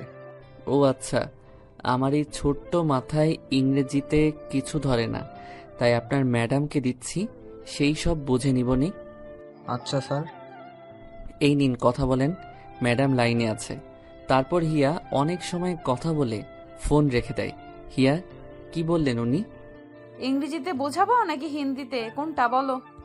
আজ ইংরেজি পারি না বলে আমার সাথে মজা করতেছো তাই না? ভালোই। এই জানো, রাগ করতেছো কেন? আমি তো তোমার সাথে মজা করতেছিলাম। আর আমরা প্রজেক্টটা পেয়েছি, অনেক বড় প্রজেক্ট এটা। কি বলো? আমরা তাহলে প্রজেক্টটা পেয়েছি? অনেক লাভ হবে আমাদের। তাহলে রহিম চাচাকে বুঝিয়ে দিতে হবে কিভাবে কাজটা করবে। বোঝাতে হবে, আর শ্রমিকদের বেতন বাড়িয়ে কাজ করতে হবে, তাহলে তারা কাজে আগ্রহী হবে। বলেই আমার কপালে একটা চুমু দিয়ে রুমে চলে যায়। আমি রহিম চাচাকে ফোন দিলাম। হ্যালো। হ্যাঁ স্যার, বলেন। শোনেন, এই কাজটা আমরা পেয়েছি, তাই আমাদের খুবই মন দিয়ে কাজ করতে হবে। তারপর ভালোভাবে বুঝিয়ে কল কেটে দিলাম। রাতে খাবার সময় এই হিয়া, আমার না ছোট বাবুদের সাথে খেলা করতে মন চায়, অভিমানী সুরে। এই, তোমার মাথায় আবার কি শয়তানি বুদ্ধি ঘুরপাক খাচ্ছে শুনি? হঠাৎ বাবুর সাথে খেলতে ইচ্ছে করছে যে? দেখো না, এই বাড়িতে যদি একটা বেবি থাকতো তাহলে কতটা ভালো হতো। আমারও তো ইচ্ছা হয় ছেলে মেয়ের সাথে খেলা করতে। এখন কোনো বাচ্চা নিব না, আরো কিছুদিন যাক, তারপরে বেবি নিব। তার আগে বলেছো তো, নাক ভেঙে দিব। আচ্ছা বলবো না, কি আর করা, মন খারাপ করে বললাম। এই বাবুটা রাগ করেছে বুঝি। আসো, আমি তোমাকে খাইয়ে দিই। হা করো আর শোনো, একদম আমার আঙুলে কামড় দিবে না, বলে দিলাম। তারপর হিয়া অনেক আদরের সাথে আমাকে খাইয়ে দেয়, আর তারপর হিয়া অনেক আদরের সাথে আমাকে খাইয়ে দেয়, আর আমিও হিয়াকে খাইয়ে দিলাম। এইভাবেই আমাদের ভালোবাসার সংসার চলতে থাকে। দেখতে দেখতে পার হয়ে যায় আরও 3টি মাস। একদিন সকালে আমি নাস্তা করতেছি, আর হিয়া দৌড়ে বেসিনে চলে যায়, বমি করতে শুরু করে। একটু পরে আবার মাথা ঘুরেই পড়ে যায়। আমার তো কলিজা শুকিয়ে যায়। আমার সুস্থ বউটার আবার কি হলো? এই হিয়া, তোমার কি হলো? এইভাবে পড়ে গেলে কেন? কোনো কথা নাই। দৌড়ে গাড়ি নিয়ে হিয়াকে হাসপাতালে নিয়ে আসলাম। ডাক্তার ডাক্তার কোথায় আপনি? আরে রাসেল সাহেব, কি হয়েছে? এত উত্তেজিত কেন? দেখেন না আমার বউটার কি হলো। সকালে নাস্তা করতেছি, তখনই অজ্ঞান হয়ে পড়ে যায়। ও আচ্ছা, এই ব্যাপার। তাহলে আপনি এখানে বসেন, আমি দেখতেছি ম্যাডামের কি হয়েছে। বলেই ডাক্তার সাহেব একটা মহিলা ডাক্তারকে সাথে নিয়ে হিয়াকে পরীক্ষা করানোর জন্য চলে গেল। অনেকটা সময় পরে ডাক্তার সাহেব বেরিয়ে আসে। আচ্ছা ডাক্তার সাহেব বলেন, আমার বউটার কি অবস্থা? রাসেল সাহেব, তাড়াতাড়ি মিষ্টি খাওয়ানোর ব্যবস্থা করেন, আপনি বাবা হতে চলছেন। কি সত্যি বলতেছেন তো, নাকি আমার সাথে মজা করতেছেন? খুশিতে আত্মহারা হয়ে বললাম, আর কি যে বলেন না, এসব বিষয়ে কেউ মজা করে নাকি? আসলে আপনি বাবা হতে চলছেন।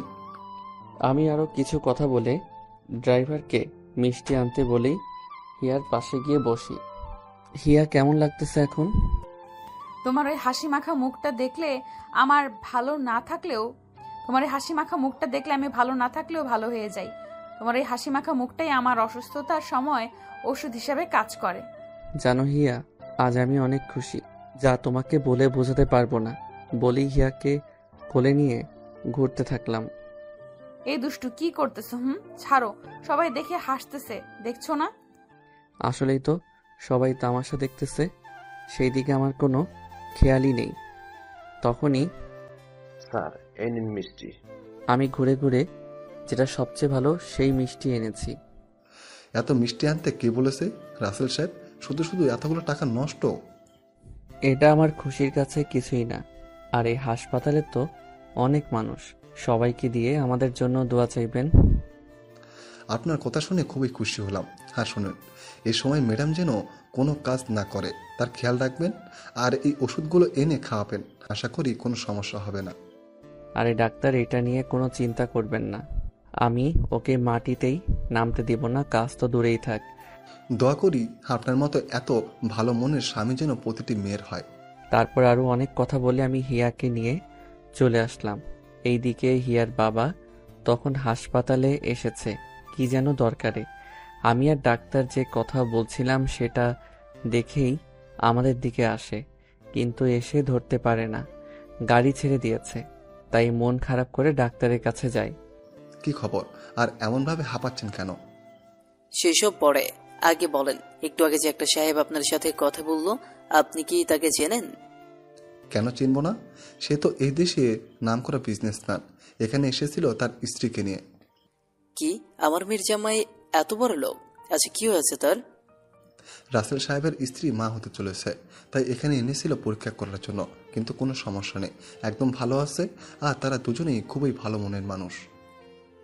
ডাক্তার সাহেব জানেন, ওই সাহেব আমার মেয়ের জামাই। আমি তাদের কতদিন হলো খুঁজি, একটা নজর দেখে মরার আগে ক্ষমা চাওয়ার জন্য, কিন্তু সেটা মনে হয় আমার কপালে নেই। এখন পেয়েও ধরতে পারলাম না। আপনি কি তাদের ঠিকানা জানেন? তাদের ঠিকানাতে কি করবেন? আবার কিছু করার পরিকল্পনা করতেছেন নাকি? দয়া করে এইভাবে বলবেন না। আমি তাদের থেকে ক্ষমা চাইতে চাই। প্লিজ, তাদের ঠিকানা জানলে একটু বলেন। তখন ডাক্তার বুঝতে পারে আসলেই হিয়ার বাবা যা করেছে তা নিয়ে অনুতপ্ত। তাই ডাক্তার যা যা জানে সবটাই খুলে বলে। এটা শুনে তো হিয়ার বাবা কেঁদেই ফেলে। আমি তাদের ক্ষতি করার জন্য এত কিছু করেছি, আর তারা ঠিকই সেসব মনে না রেখে আমার বিপদে সাহায্য করেছে। আমি তো বাবা নামের কলঙ্ক। আরো অনেক কথা বলে হিয়ার বাবা বাড়িতে চলে আসে। আর বাড়িতে আসলেই হিয়ার মা বুঝতে পারে হিয়ার বাবা কান্না করতেছে। হেই, তোমার কি হয়েছে? কান্না করতেছো কেন? হিয়ার বাবা হিয়ার মাকে জড়িয়ে ধরে আরো জোরে কান্না করে দেয়। আরে এভাবে কান্না কেন করতেছো? একটু খুলে বলো কি হয়েছে। জানো, আজকে রাসেল আর হিয়াকে দেখেছি হাসপাতালে। আমার মেয়ের কি হয়েছে? তারা হাসপাতালে কেন এসেছে? আগে তো সব কথা শুনবে, তাই না? তার আগের কথা বলতে শুরু করো, তাহলে কি ঠিকভাবে কথা বলা যায় বলো। তারপর হাসপাতালের সব ঘটনা খুলে বলে, যেটা শুনে হিয়ার মাও কান্না করে দেয়। ওই চলো না, আমরা হিয়ার কাছে যাই। দেখবে আমাদের দেখলে একটুও রাগ করতে পারবে না। চলো, আমাদের দেখলেই সব ভুলে যাবে। আর আমরা যা করেছি তাতে আমাদের উপর রাগ করাটাই স্বাভাবিক। তারপর তারা আমাদের বাড়ির দিকে রওনা দেয়। অনেকটা সময় পরে আমার বাড়িতে এসে পৌঁছে যায়। দেখছো ইয়ার মা, কত বড় বাড়ি! এত সুন্দর বাড়ি আমি কখনোই দেখি নাই। অনেক বড় বাড়ি। বাইরে থেকে যত সুন্দর না জানি ভিতরে আরো কত সুন্দর। এইদিকে আমি সোফায় বসে পেপার পড়তেছি আর হিয়া রুমে শুয়ে আছে। তখনই বাড়ির কলিং বেলটা বেজে ওঠে। আমি গিয়ে দরজা খুলে অবাক হয়ে দাঁড়িয়ে থাকি, কেননা আমার সামনে স্বয়ং আমার শ্বশুর শাশুড়ি দাঁড়িয়ে। আমি তাদের পা ধরে সালাম করলাম, কেমন আছেন? আর আসতে কোনো সমস্যা হয়নি তো? বাবা, আমাদের ক্ষমা করে দাও, না বুঝে তোমাদের উপরে অনেক অত্যাচার করেছে। হ্যাঁ বাবা, আমাদের ক্ষমা করে দাও। আর আমার মেয়ে কোথায়? আমরা কি আপনাদের উপর রাগ করতে পারি বলেন? আপনারা আমাদের গুরুজন। আসেন, বসেন, আপনারা অনেক ক্লান্ত। হিয়া, হিয়া শুনছো? শুনতে পারতেছি তো, কি হয়েছে বলো? এভাবে ডাকাডাকি করো কেন? দেখে যাও কারা এসেছে, তাড়াতাড়ি আসো। আচ্ছা, তুমি তাদেরকে বসতে দাও, আমি আসতেছি। কি জানি এখন আবার কারা আসলো। একটু পরে হিয়া নিচে এসে দেখতে পাই তার বাবা মা সোফায় বসে আমার সাথে কথা বলতেছে। যেটা দেখে হিয়া অনেক রেগে যায়। এরা আমার বাসায় কেন? কে বাড়ির ভেতরে ঢুকতে দিছে এদের? হিয়ার বাবা মা তো হিয়ার কথা শুনে অবাক। কি বলছে এইগুলো? এই হিয়া কি বলছো এটা? এরা তোমার বাবা মা, তাদের সাথে এইভাবে কথা বলে? তারা আমার বাবা মা বলতেও ঘৃণা লাগে, আর তারা সম্মান পাওয়ার যোগ্য না। মনে আছে তোমার সাথে কি কি করেছিল? মারে, এভাবে বলিস না, আমাদের ক্ষমা করে দে। মানছি আমি তোদের সাথে অনেক অন্যায় করেছি। হিয়া ক্ষমা করে দাও। দেখো এরা যা করেছে তাদের জায়গায় আমরা থাকলেও কিন্তু সেটাই করতাম। আর তুমি উত্তেজিত হইও না, বেবির ক্ষতি হবে। মারে, আর কত অভিমান করবি বল? দয়া করে মরার আগে ক্ষমা করে দে আমাদের। একবার তো মরতে মরতে বেঁচে গেছি তোদের টাকার কারণে। রাসেল যদি সাহায্য না করতো তাহলে হয়তো এতদিন কবেই আল্লাহর কাছে পৌঁছে যেতাম। হয়তো আল্লাহ চেয়েছে তোদের সাথে দেখা হয়ে ক্ষমা চেয়ে নিতে পারি। হিয়া মরার কথা শুনে আর অভিমান করে থাকতে পারে না। দৌড়ে গিয়ে ওর বাবা মাকে জড়িয়ে ধরে কান্না করে দেয়। মারে, কান্না করিস না। আচ্ছা, বৃষ্টি মামনিকে তো দেখতে পারছি না। বৃষ্টি তো পড়াশোনার জন্য আমাদের সাথে সাথে থাকে না, অন্য জায়গায় থাকে। আজকে আসবে। এইভাবে কথাবার্তার মাধ্যমেই পার হয়ে যায় 7 মাস। এখন হিয়ার পেট অনেকটাই বড় হয়েছে, হাঁটতে হাঁটতে অনেক কষ্ট হয়। আমি তো চোখের আড়াল হতেই দেই না। সাথে শ্বশুর শাশুড়ি আর বৃষ্টি তো আছেই। একদিন সবাই বসে সকালের নাস্তা করতেছি, তখন দেখি হিয়া রান্নাঘর থেকে খাবার আনতেছে। হিয়া, আমাদের বাড়িতে কি মানুষের অভাব পড়েছে যে তোমার এই অবস্থায় কাজ করতে হবে? নাকি তুমি চাও না সুস্থ থাকতে? কোনটা? এতে কোনো সমস্যা হবে না, তাও কেন এমন করতেছো? তুমি জানো যে কোনো সমস্যা হবে না। তোমার যা ইচ্ছা কর, আমি কিছুই বলবো না। বৃষ্টি, সব কাজের লোককে সরিয়ে দে। ইয়া তো আছেই কাজ করার জন্য, তাহলে হুদাই টাকা নষ্ট করে কি হবে? বলে আমি রুমে চলে আসি। ভাবি, তুমি জানোই ভাইয়া তোমাকে কাজ করতে দিতে চায় না। তোমার যেন কোনো কষ্ট না হয় তার জন্য এতগুলো লোক রাখা। তাও তুমি কেন এটা আনতে গেলে? ও মা, বাবাজি তো ঠিকই বলেছে। আর এই সময়ে তোর ভারী কোনো কাজ করা যাবে না। আমার তো কাজ না করলে ভালো লাগে না। বসে বসে কি থাকা যায় বলো? এইভাবে দেখতে দেখতে হিয়ার ডেলিভারির সময় হয়ে যায়। একদিন রাতে সবাই খাবার খাচ্ছি, তখনই হিয়া চিৎকার দিয়ে ফ্লোরে পড়ে যায়। ভাইয়া, ভাবি অজ্ঞান হয়ে পড়ে গেছে, তাড়াতাড়ি হাসপাতালে নিতে হবে।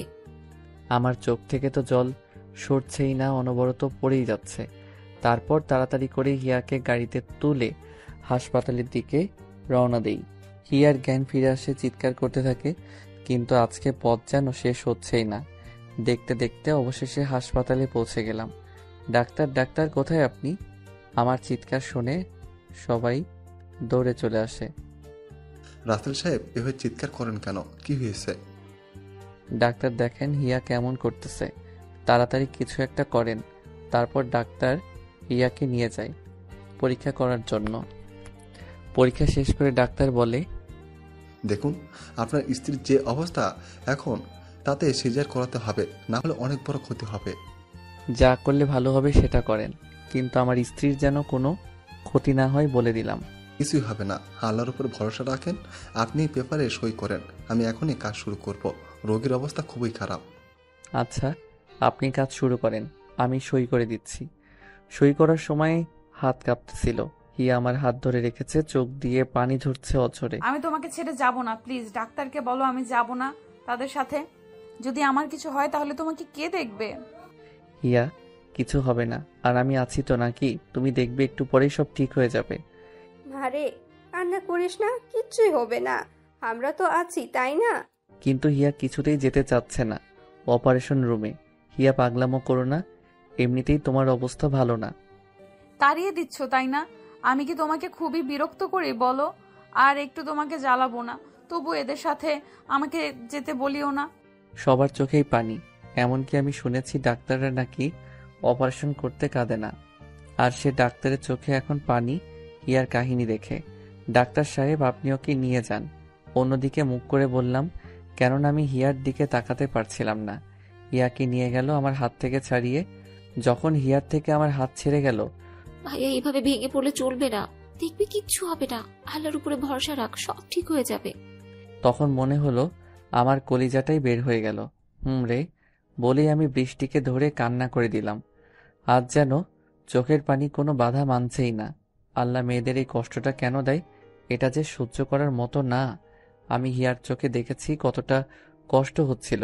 ওর কাছে মনে হচ্ছিল হয়তো মৃত্যু যন্ত্রণা ও এই যন্ত্রণার থেকে কম। এইভাবে দেখতে দেখতে 2 ঘন্টা পার হয়ে যায়। যেখানে সিজার করতে লাগে না আধা ঘন্টা, আমার তো চিন্তা আরো বেড়ে গেল। ভাইয়া, এত সময় কেন লাগছে বুঝতে পারছি না তো কিছুই। আমিও তো কিছুই বুঝতে পারছি না এত সময় কেন লাগতেছে। হিয়ার আবার পুরো কথাটা বলতে যাব, তখনই ডাক্তার বেরিয়ে আসে। আমি ডাক্তারকে জিজ্ঞেস করলাম, কি অবস্থা হিয়ার, ও ভালো আছে তো? প্লিজ ডাক্তার বলেন। ডাক্তার কিছু বলছে না, ওনার চোখেও পানি। দেখুন রাসেল সাহেব, আমরা আমাদের পুরো চেষ্টা করেছি, তারপরে কি হয়েছে আমার হিয়ার, আগে সেটা বলেন, না হলে আমি আপনাকে মেরে ফেলবো। ডাক্তারের গলা চেপে ধরে, ভাইয়া কি করছিস? ছেড়ে দিয়ে শোন কি বলে। পুরো কথা না শুনে এমন করছিস? দেখুন, আপনার এমন আচরণ করাটা স্বাভাবিক। আমরা অনেক চেষ্টার পরেও আপনার মেয়ে ও স্ত্রীকে বাঁচাতে পেরেছি। এটা আল্লাহর কাছে অনেক শুকরিয়া, কেননা আজ পর্যন্ত আমি এমন সিজার করি নাই। ধন্যবাদ ডাক্তার, আমি আসলে মানতে পারছিলাম না, তাই আপনার সাথে বাজে ব্যবহার করেছি। এখন মা মেয়ে ভালো আছে তো? এখন দুজনে সুস্থ আছে, একটু পরেই বিদায় দেওয়া হবে। আর হ্যাঁ, আপনার চাঁদের মতো একটা সুন্দর ফুটফুটে মেয়ে হয়েছে। তারপর হিয়াকে বেডে দেওয়া হয়। হিয়ার জ্ঞান ফিরেছে। এখন আপনারা রুমে যেতে পারেন। রোগীকে বেড শিফট করা হয়েছে। ভাইয়া তুই আগে যা, আমি পরে যাচ্ছি। আমি দৌড়ে হিয়ার রুমে চলে আসলাম। আমাকে দেখেই হিয়া অন্যদিকে মুখ ঘুরিয়ে নিল। আমি গিয়ে, হিয়া এখন কেমন লাগছে? হিয়ার মুখে কোনো কথা নেই, তাই আমি আমার মেয়ের কাছে গেলাম। কিন্তু আমি তো অবাক, এ কি, মেয়েও তার মায়ের মতো রাগ করেছে। অন্যদিকে মুখ নিল। দেখেছো হিয়া, মেয়েও আমার সাথে রাগ করেছে। তোমার সাথে কথা নেই, যাও এখান থেকে। তুমি আমাকে তাড়িয়ে দিতে চেয়েছিলে, আর মেয়েও আমার দলে। আমি হিয়ার কপালে একটা চুমু দিতেই মেয়ে আমার কান্না করে দিল। হিয়া, মেয়ে কান্না করতেছে কেন? জানি না তো, তুমি দেখো মেয়ে কান্না কেন করে। আমি গিয়ে মেয়ের হাতে একটা কলম দিয়ে গলায় একটা স্বর্ণের চেন পরিয়ে কপালে একটা চুমু দিতেই কান্না শেষ। দেখেছো, মেয়ে এক্ষুনি আমাকে হিংসে করে। আমার কপালে চুমু দিলে আর কান্না করলো, আর এখন ওকে চুমু দিছো, কান্না শেষ। হা হা হা, দেখেছো তো, মেয়ে আমার মতো একা আদর নিবে না। কি নাম রাখলে তোমার মেয়ের? রুহি, জান্নাত, হিমি। আমি তো রুহি বলেই ডাকবো আমার আদরের প্রিন্সেসকে। তারপর একে একে সবাই রুমে আসে, ডাক্তাররাও আসে। এইভাবে হাসপাতালে 7 দিন থেকে হিয়া আর রুহিকে বাসায় নিয়ে আসি। এভাবেই শেষ হয়ে যায় ভালোবাসার আরেকটি গল্প। আপনারা সবাই আমাদের জন্য দোয়া করবেন, যেন সারা জীবন এইভাবে একসঙ্গে থাকতে পারি।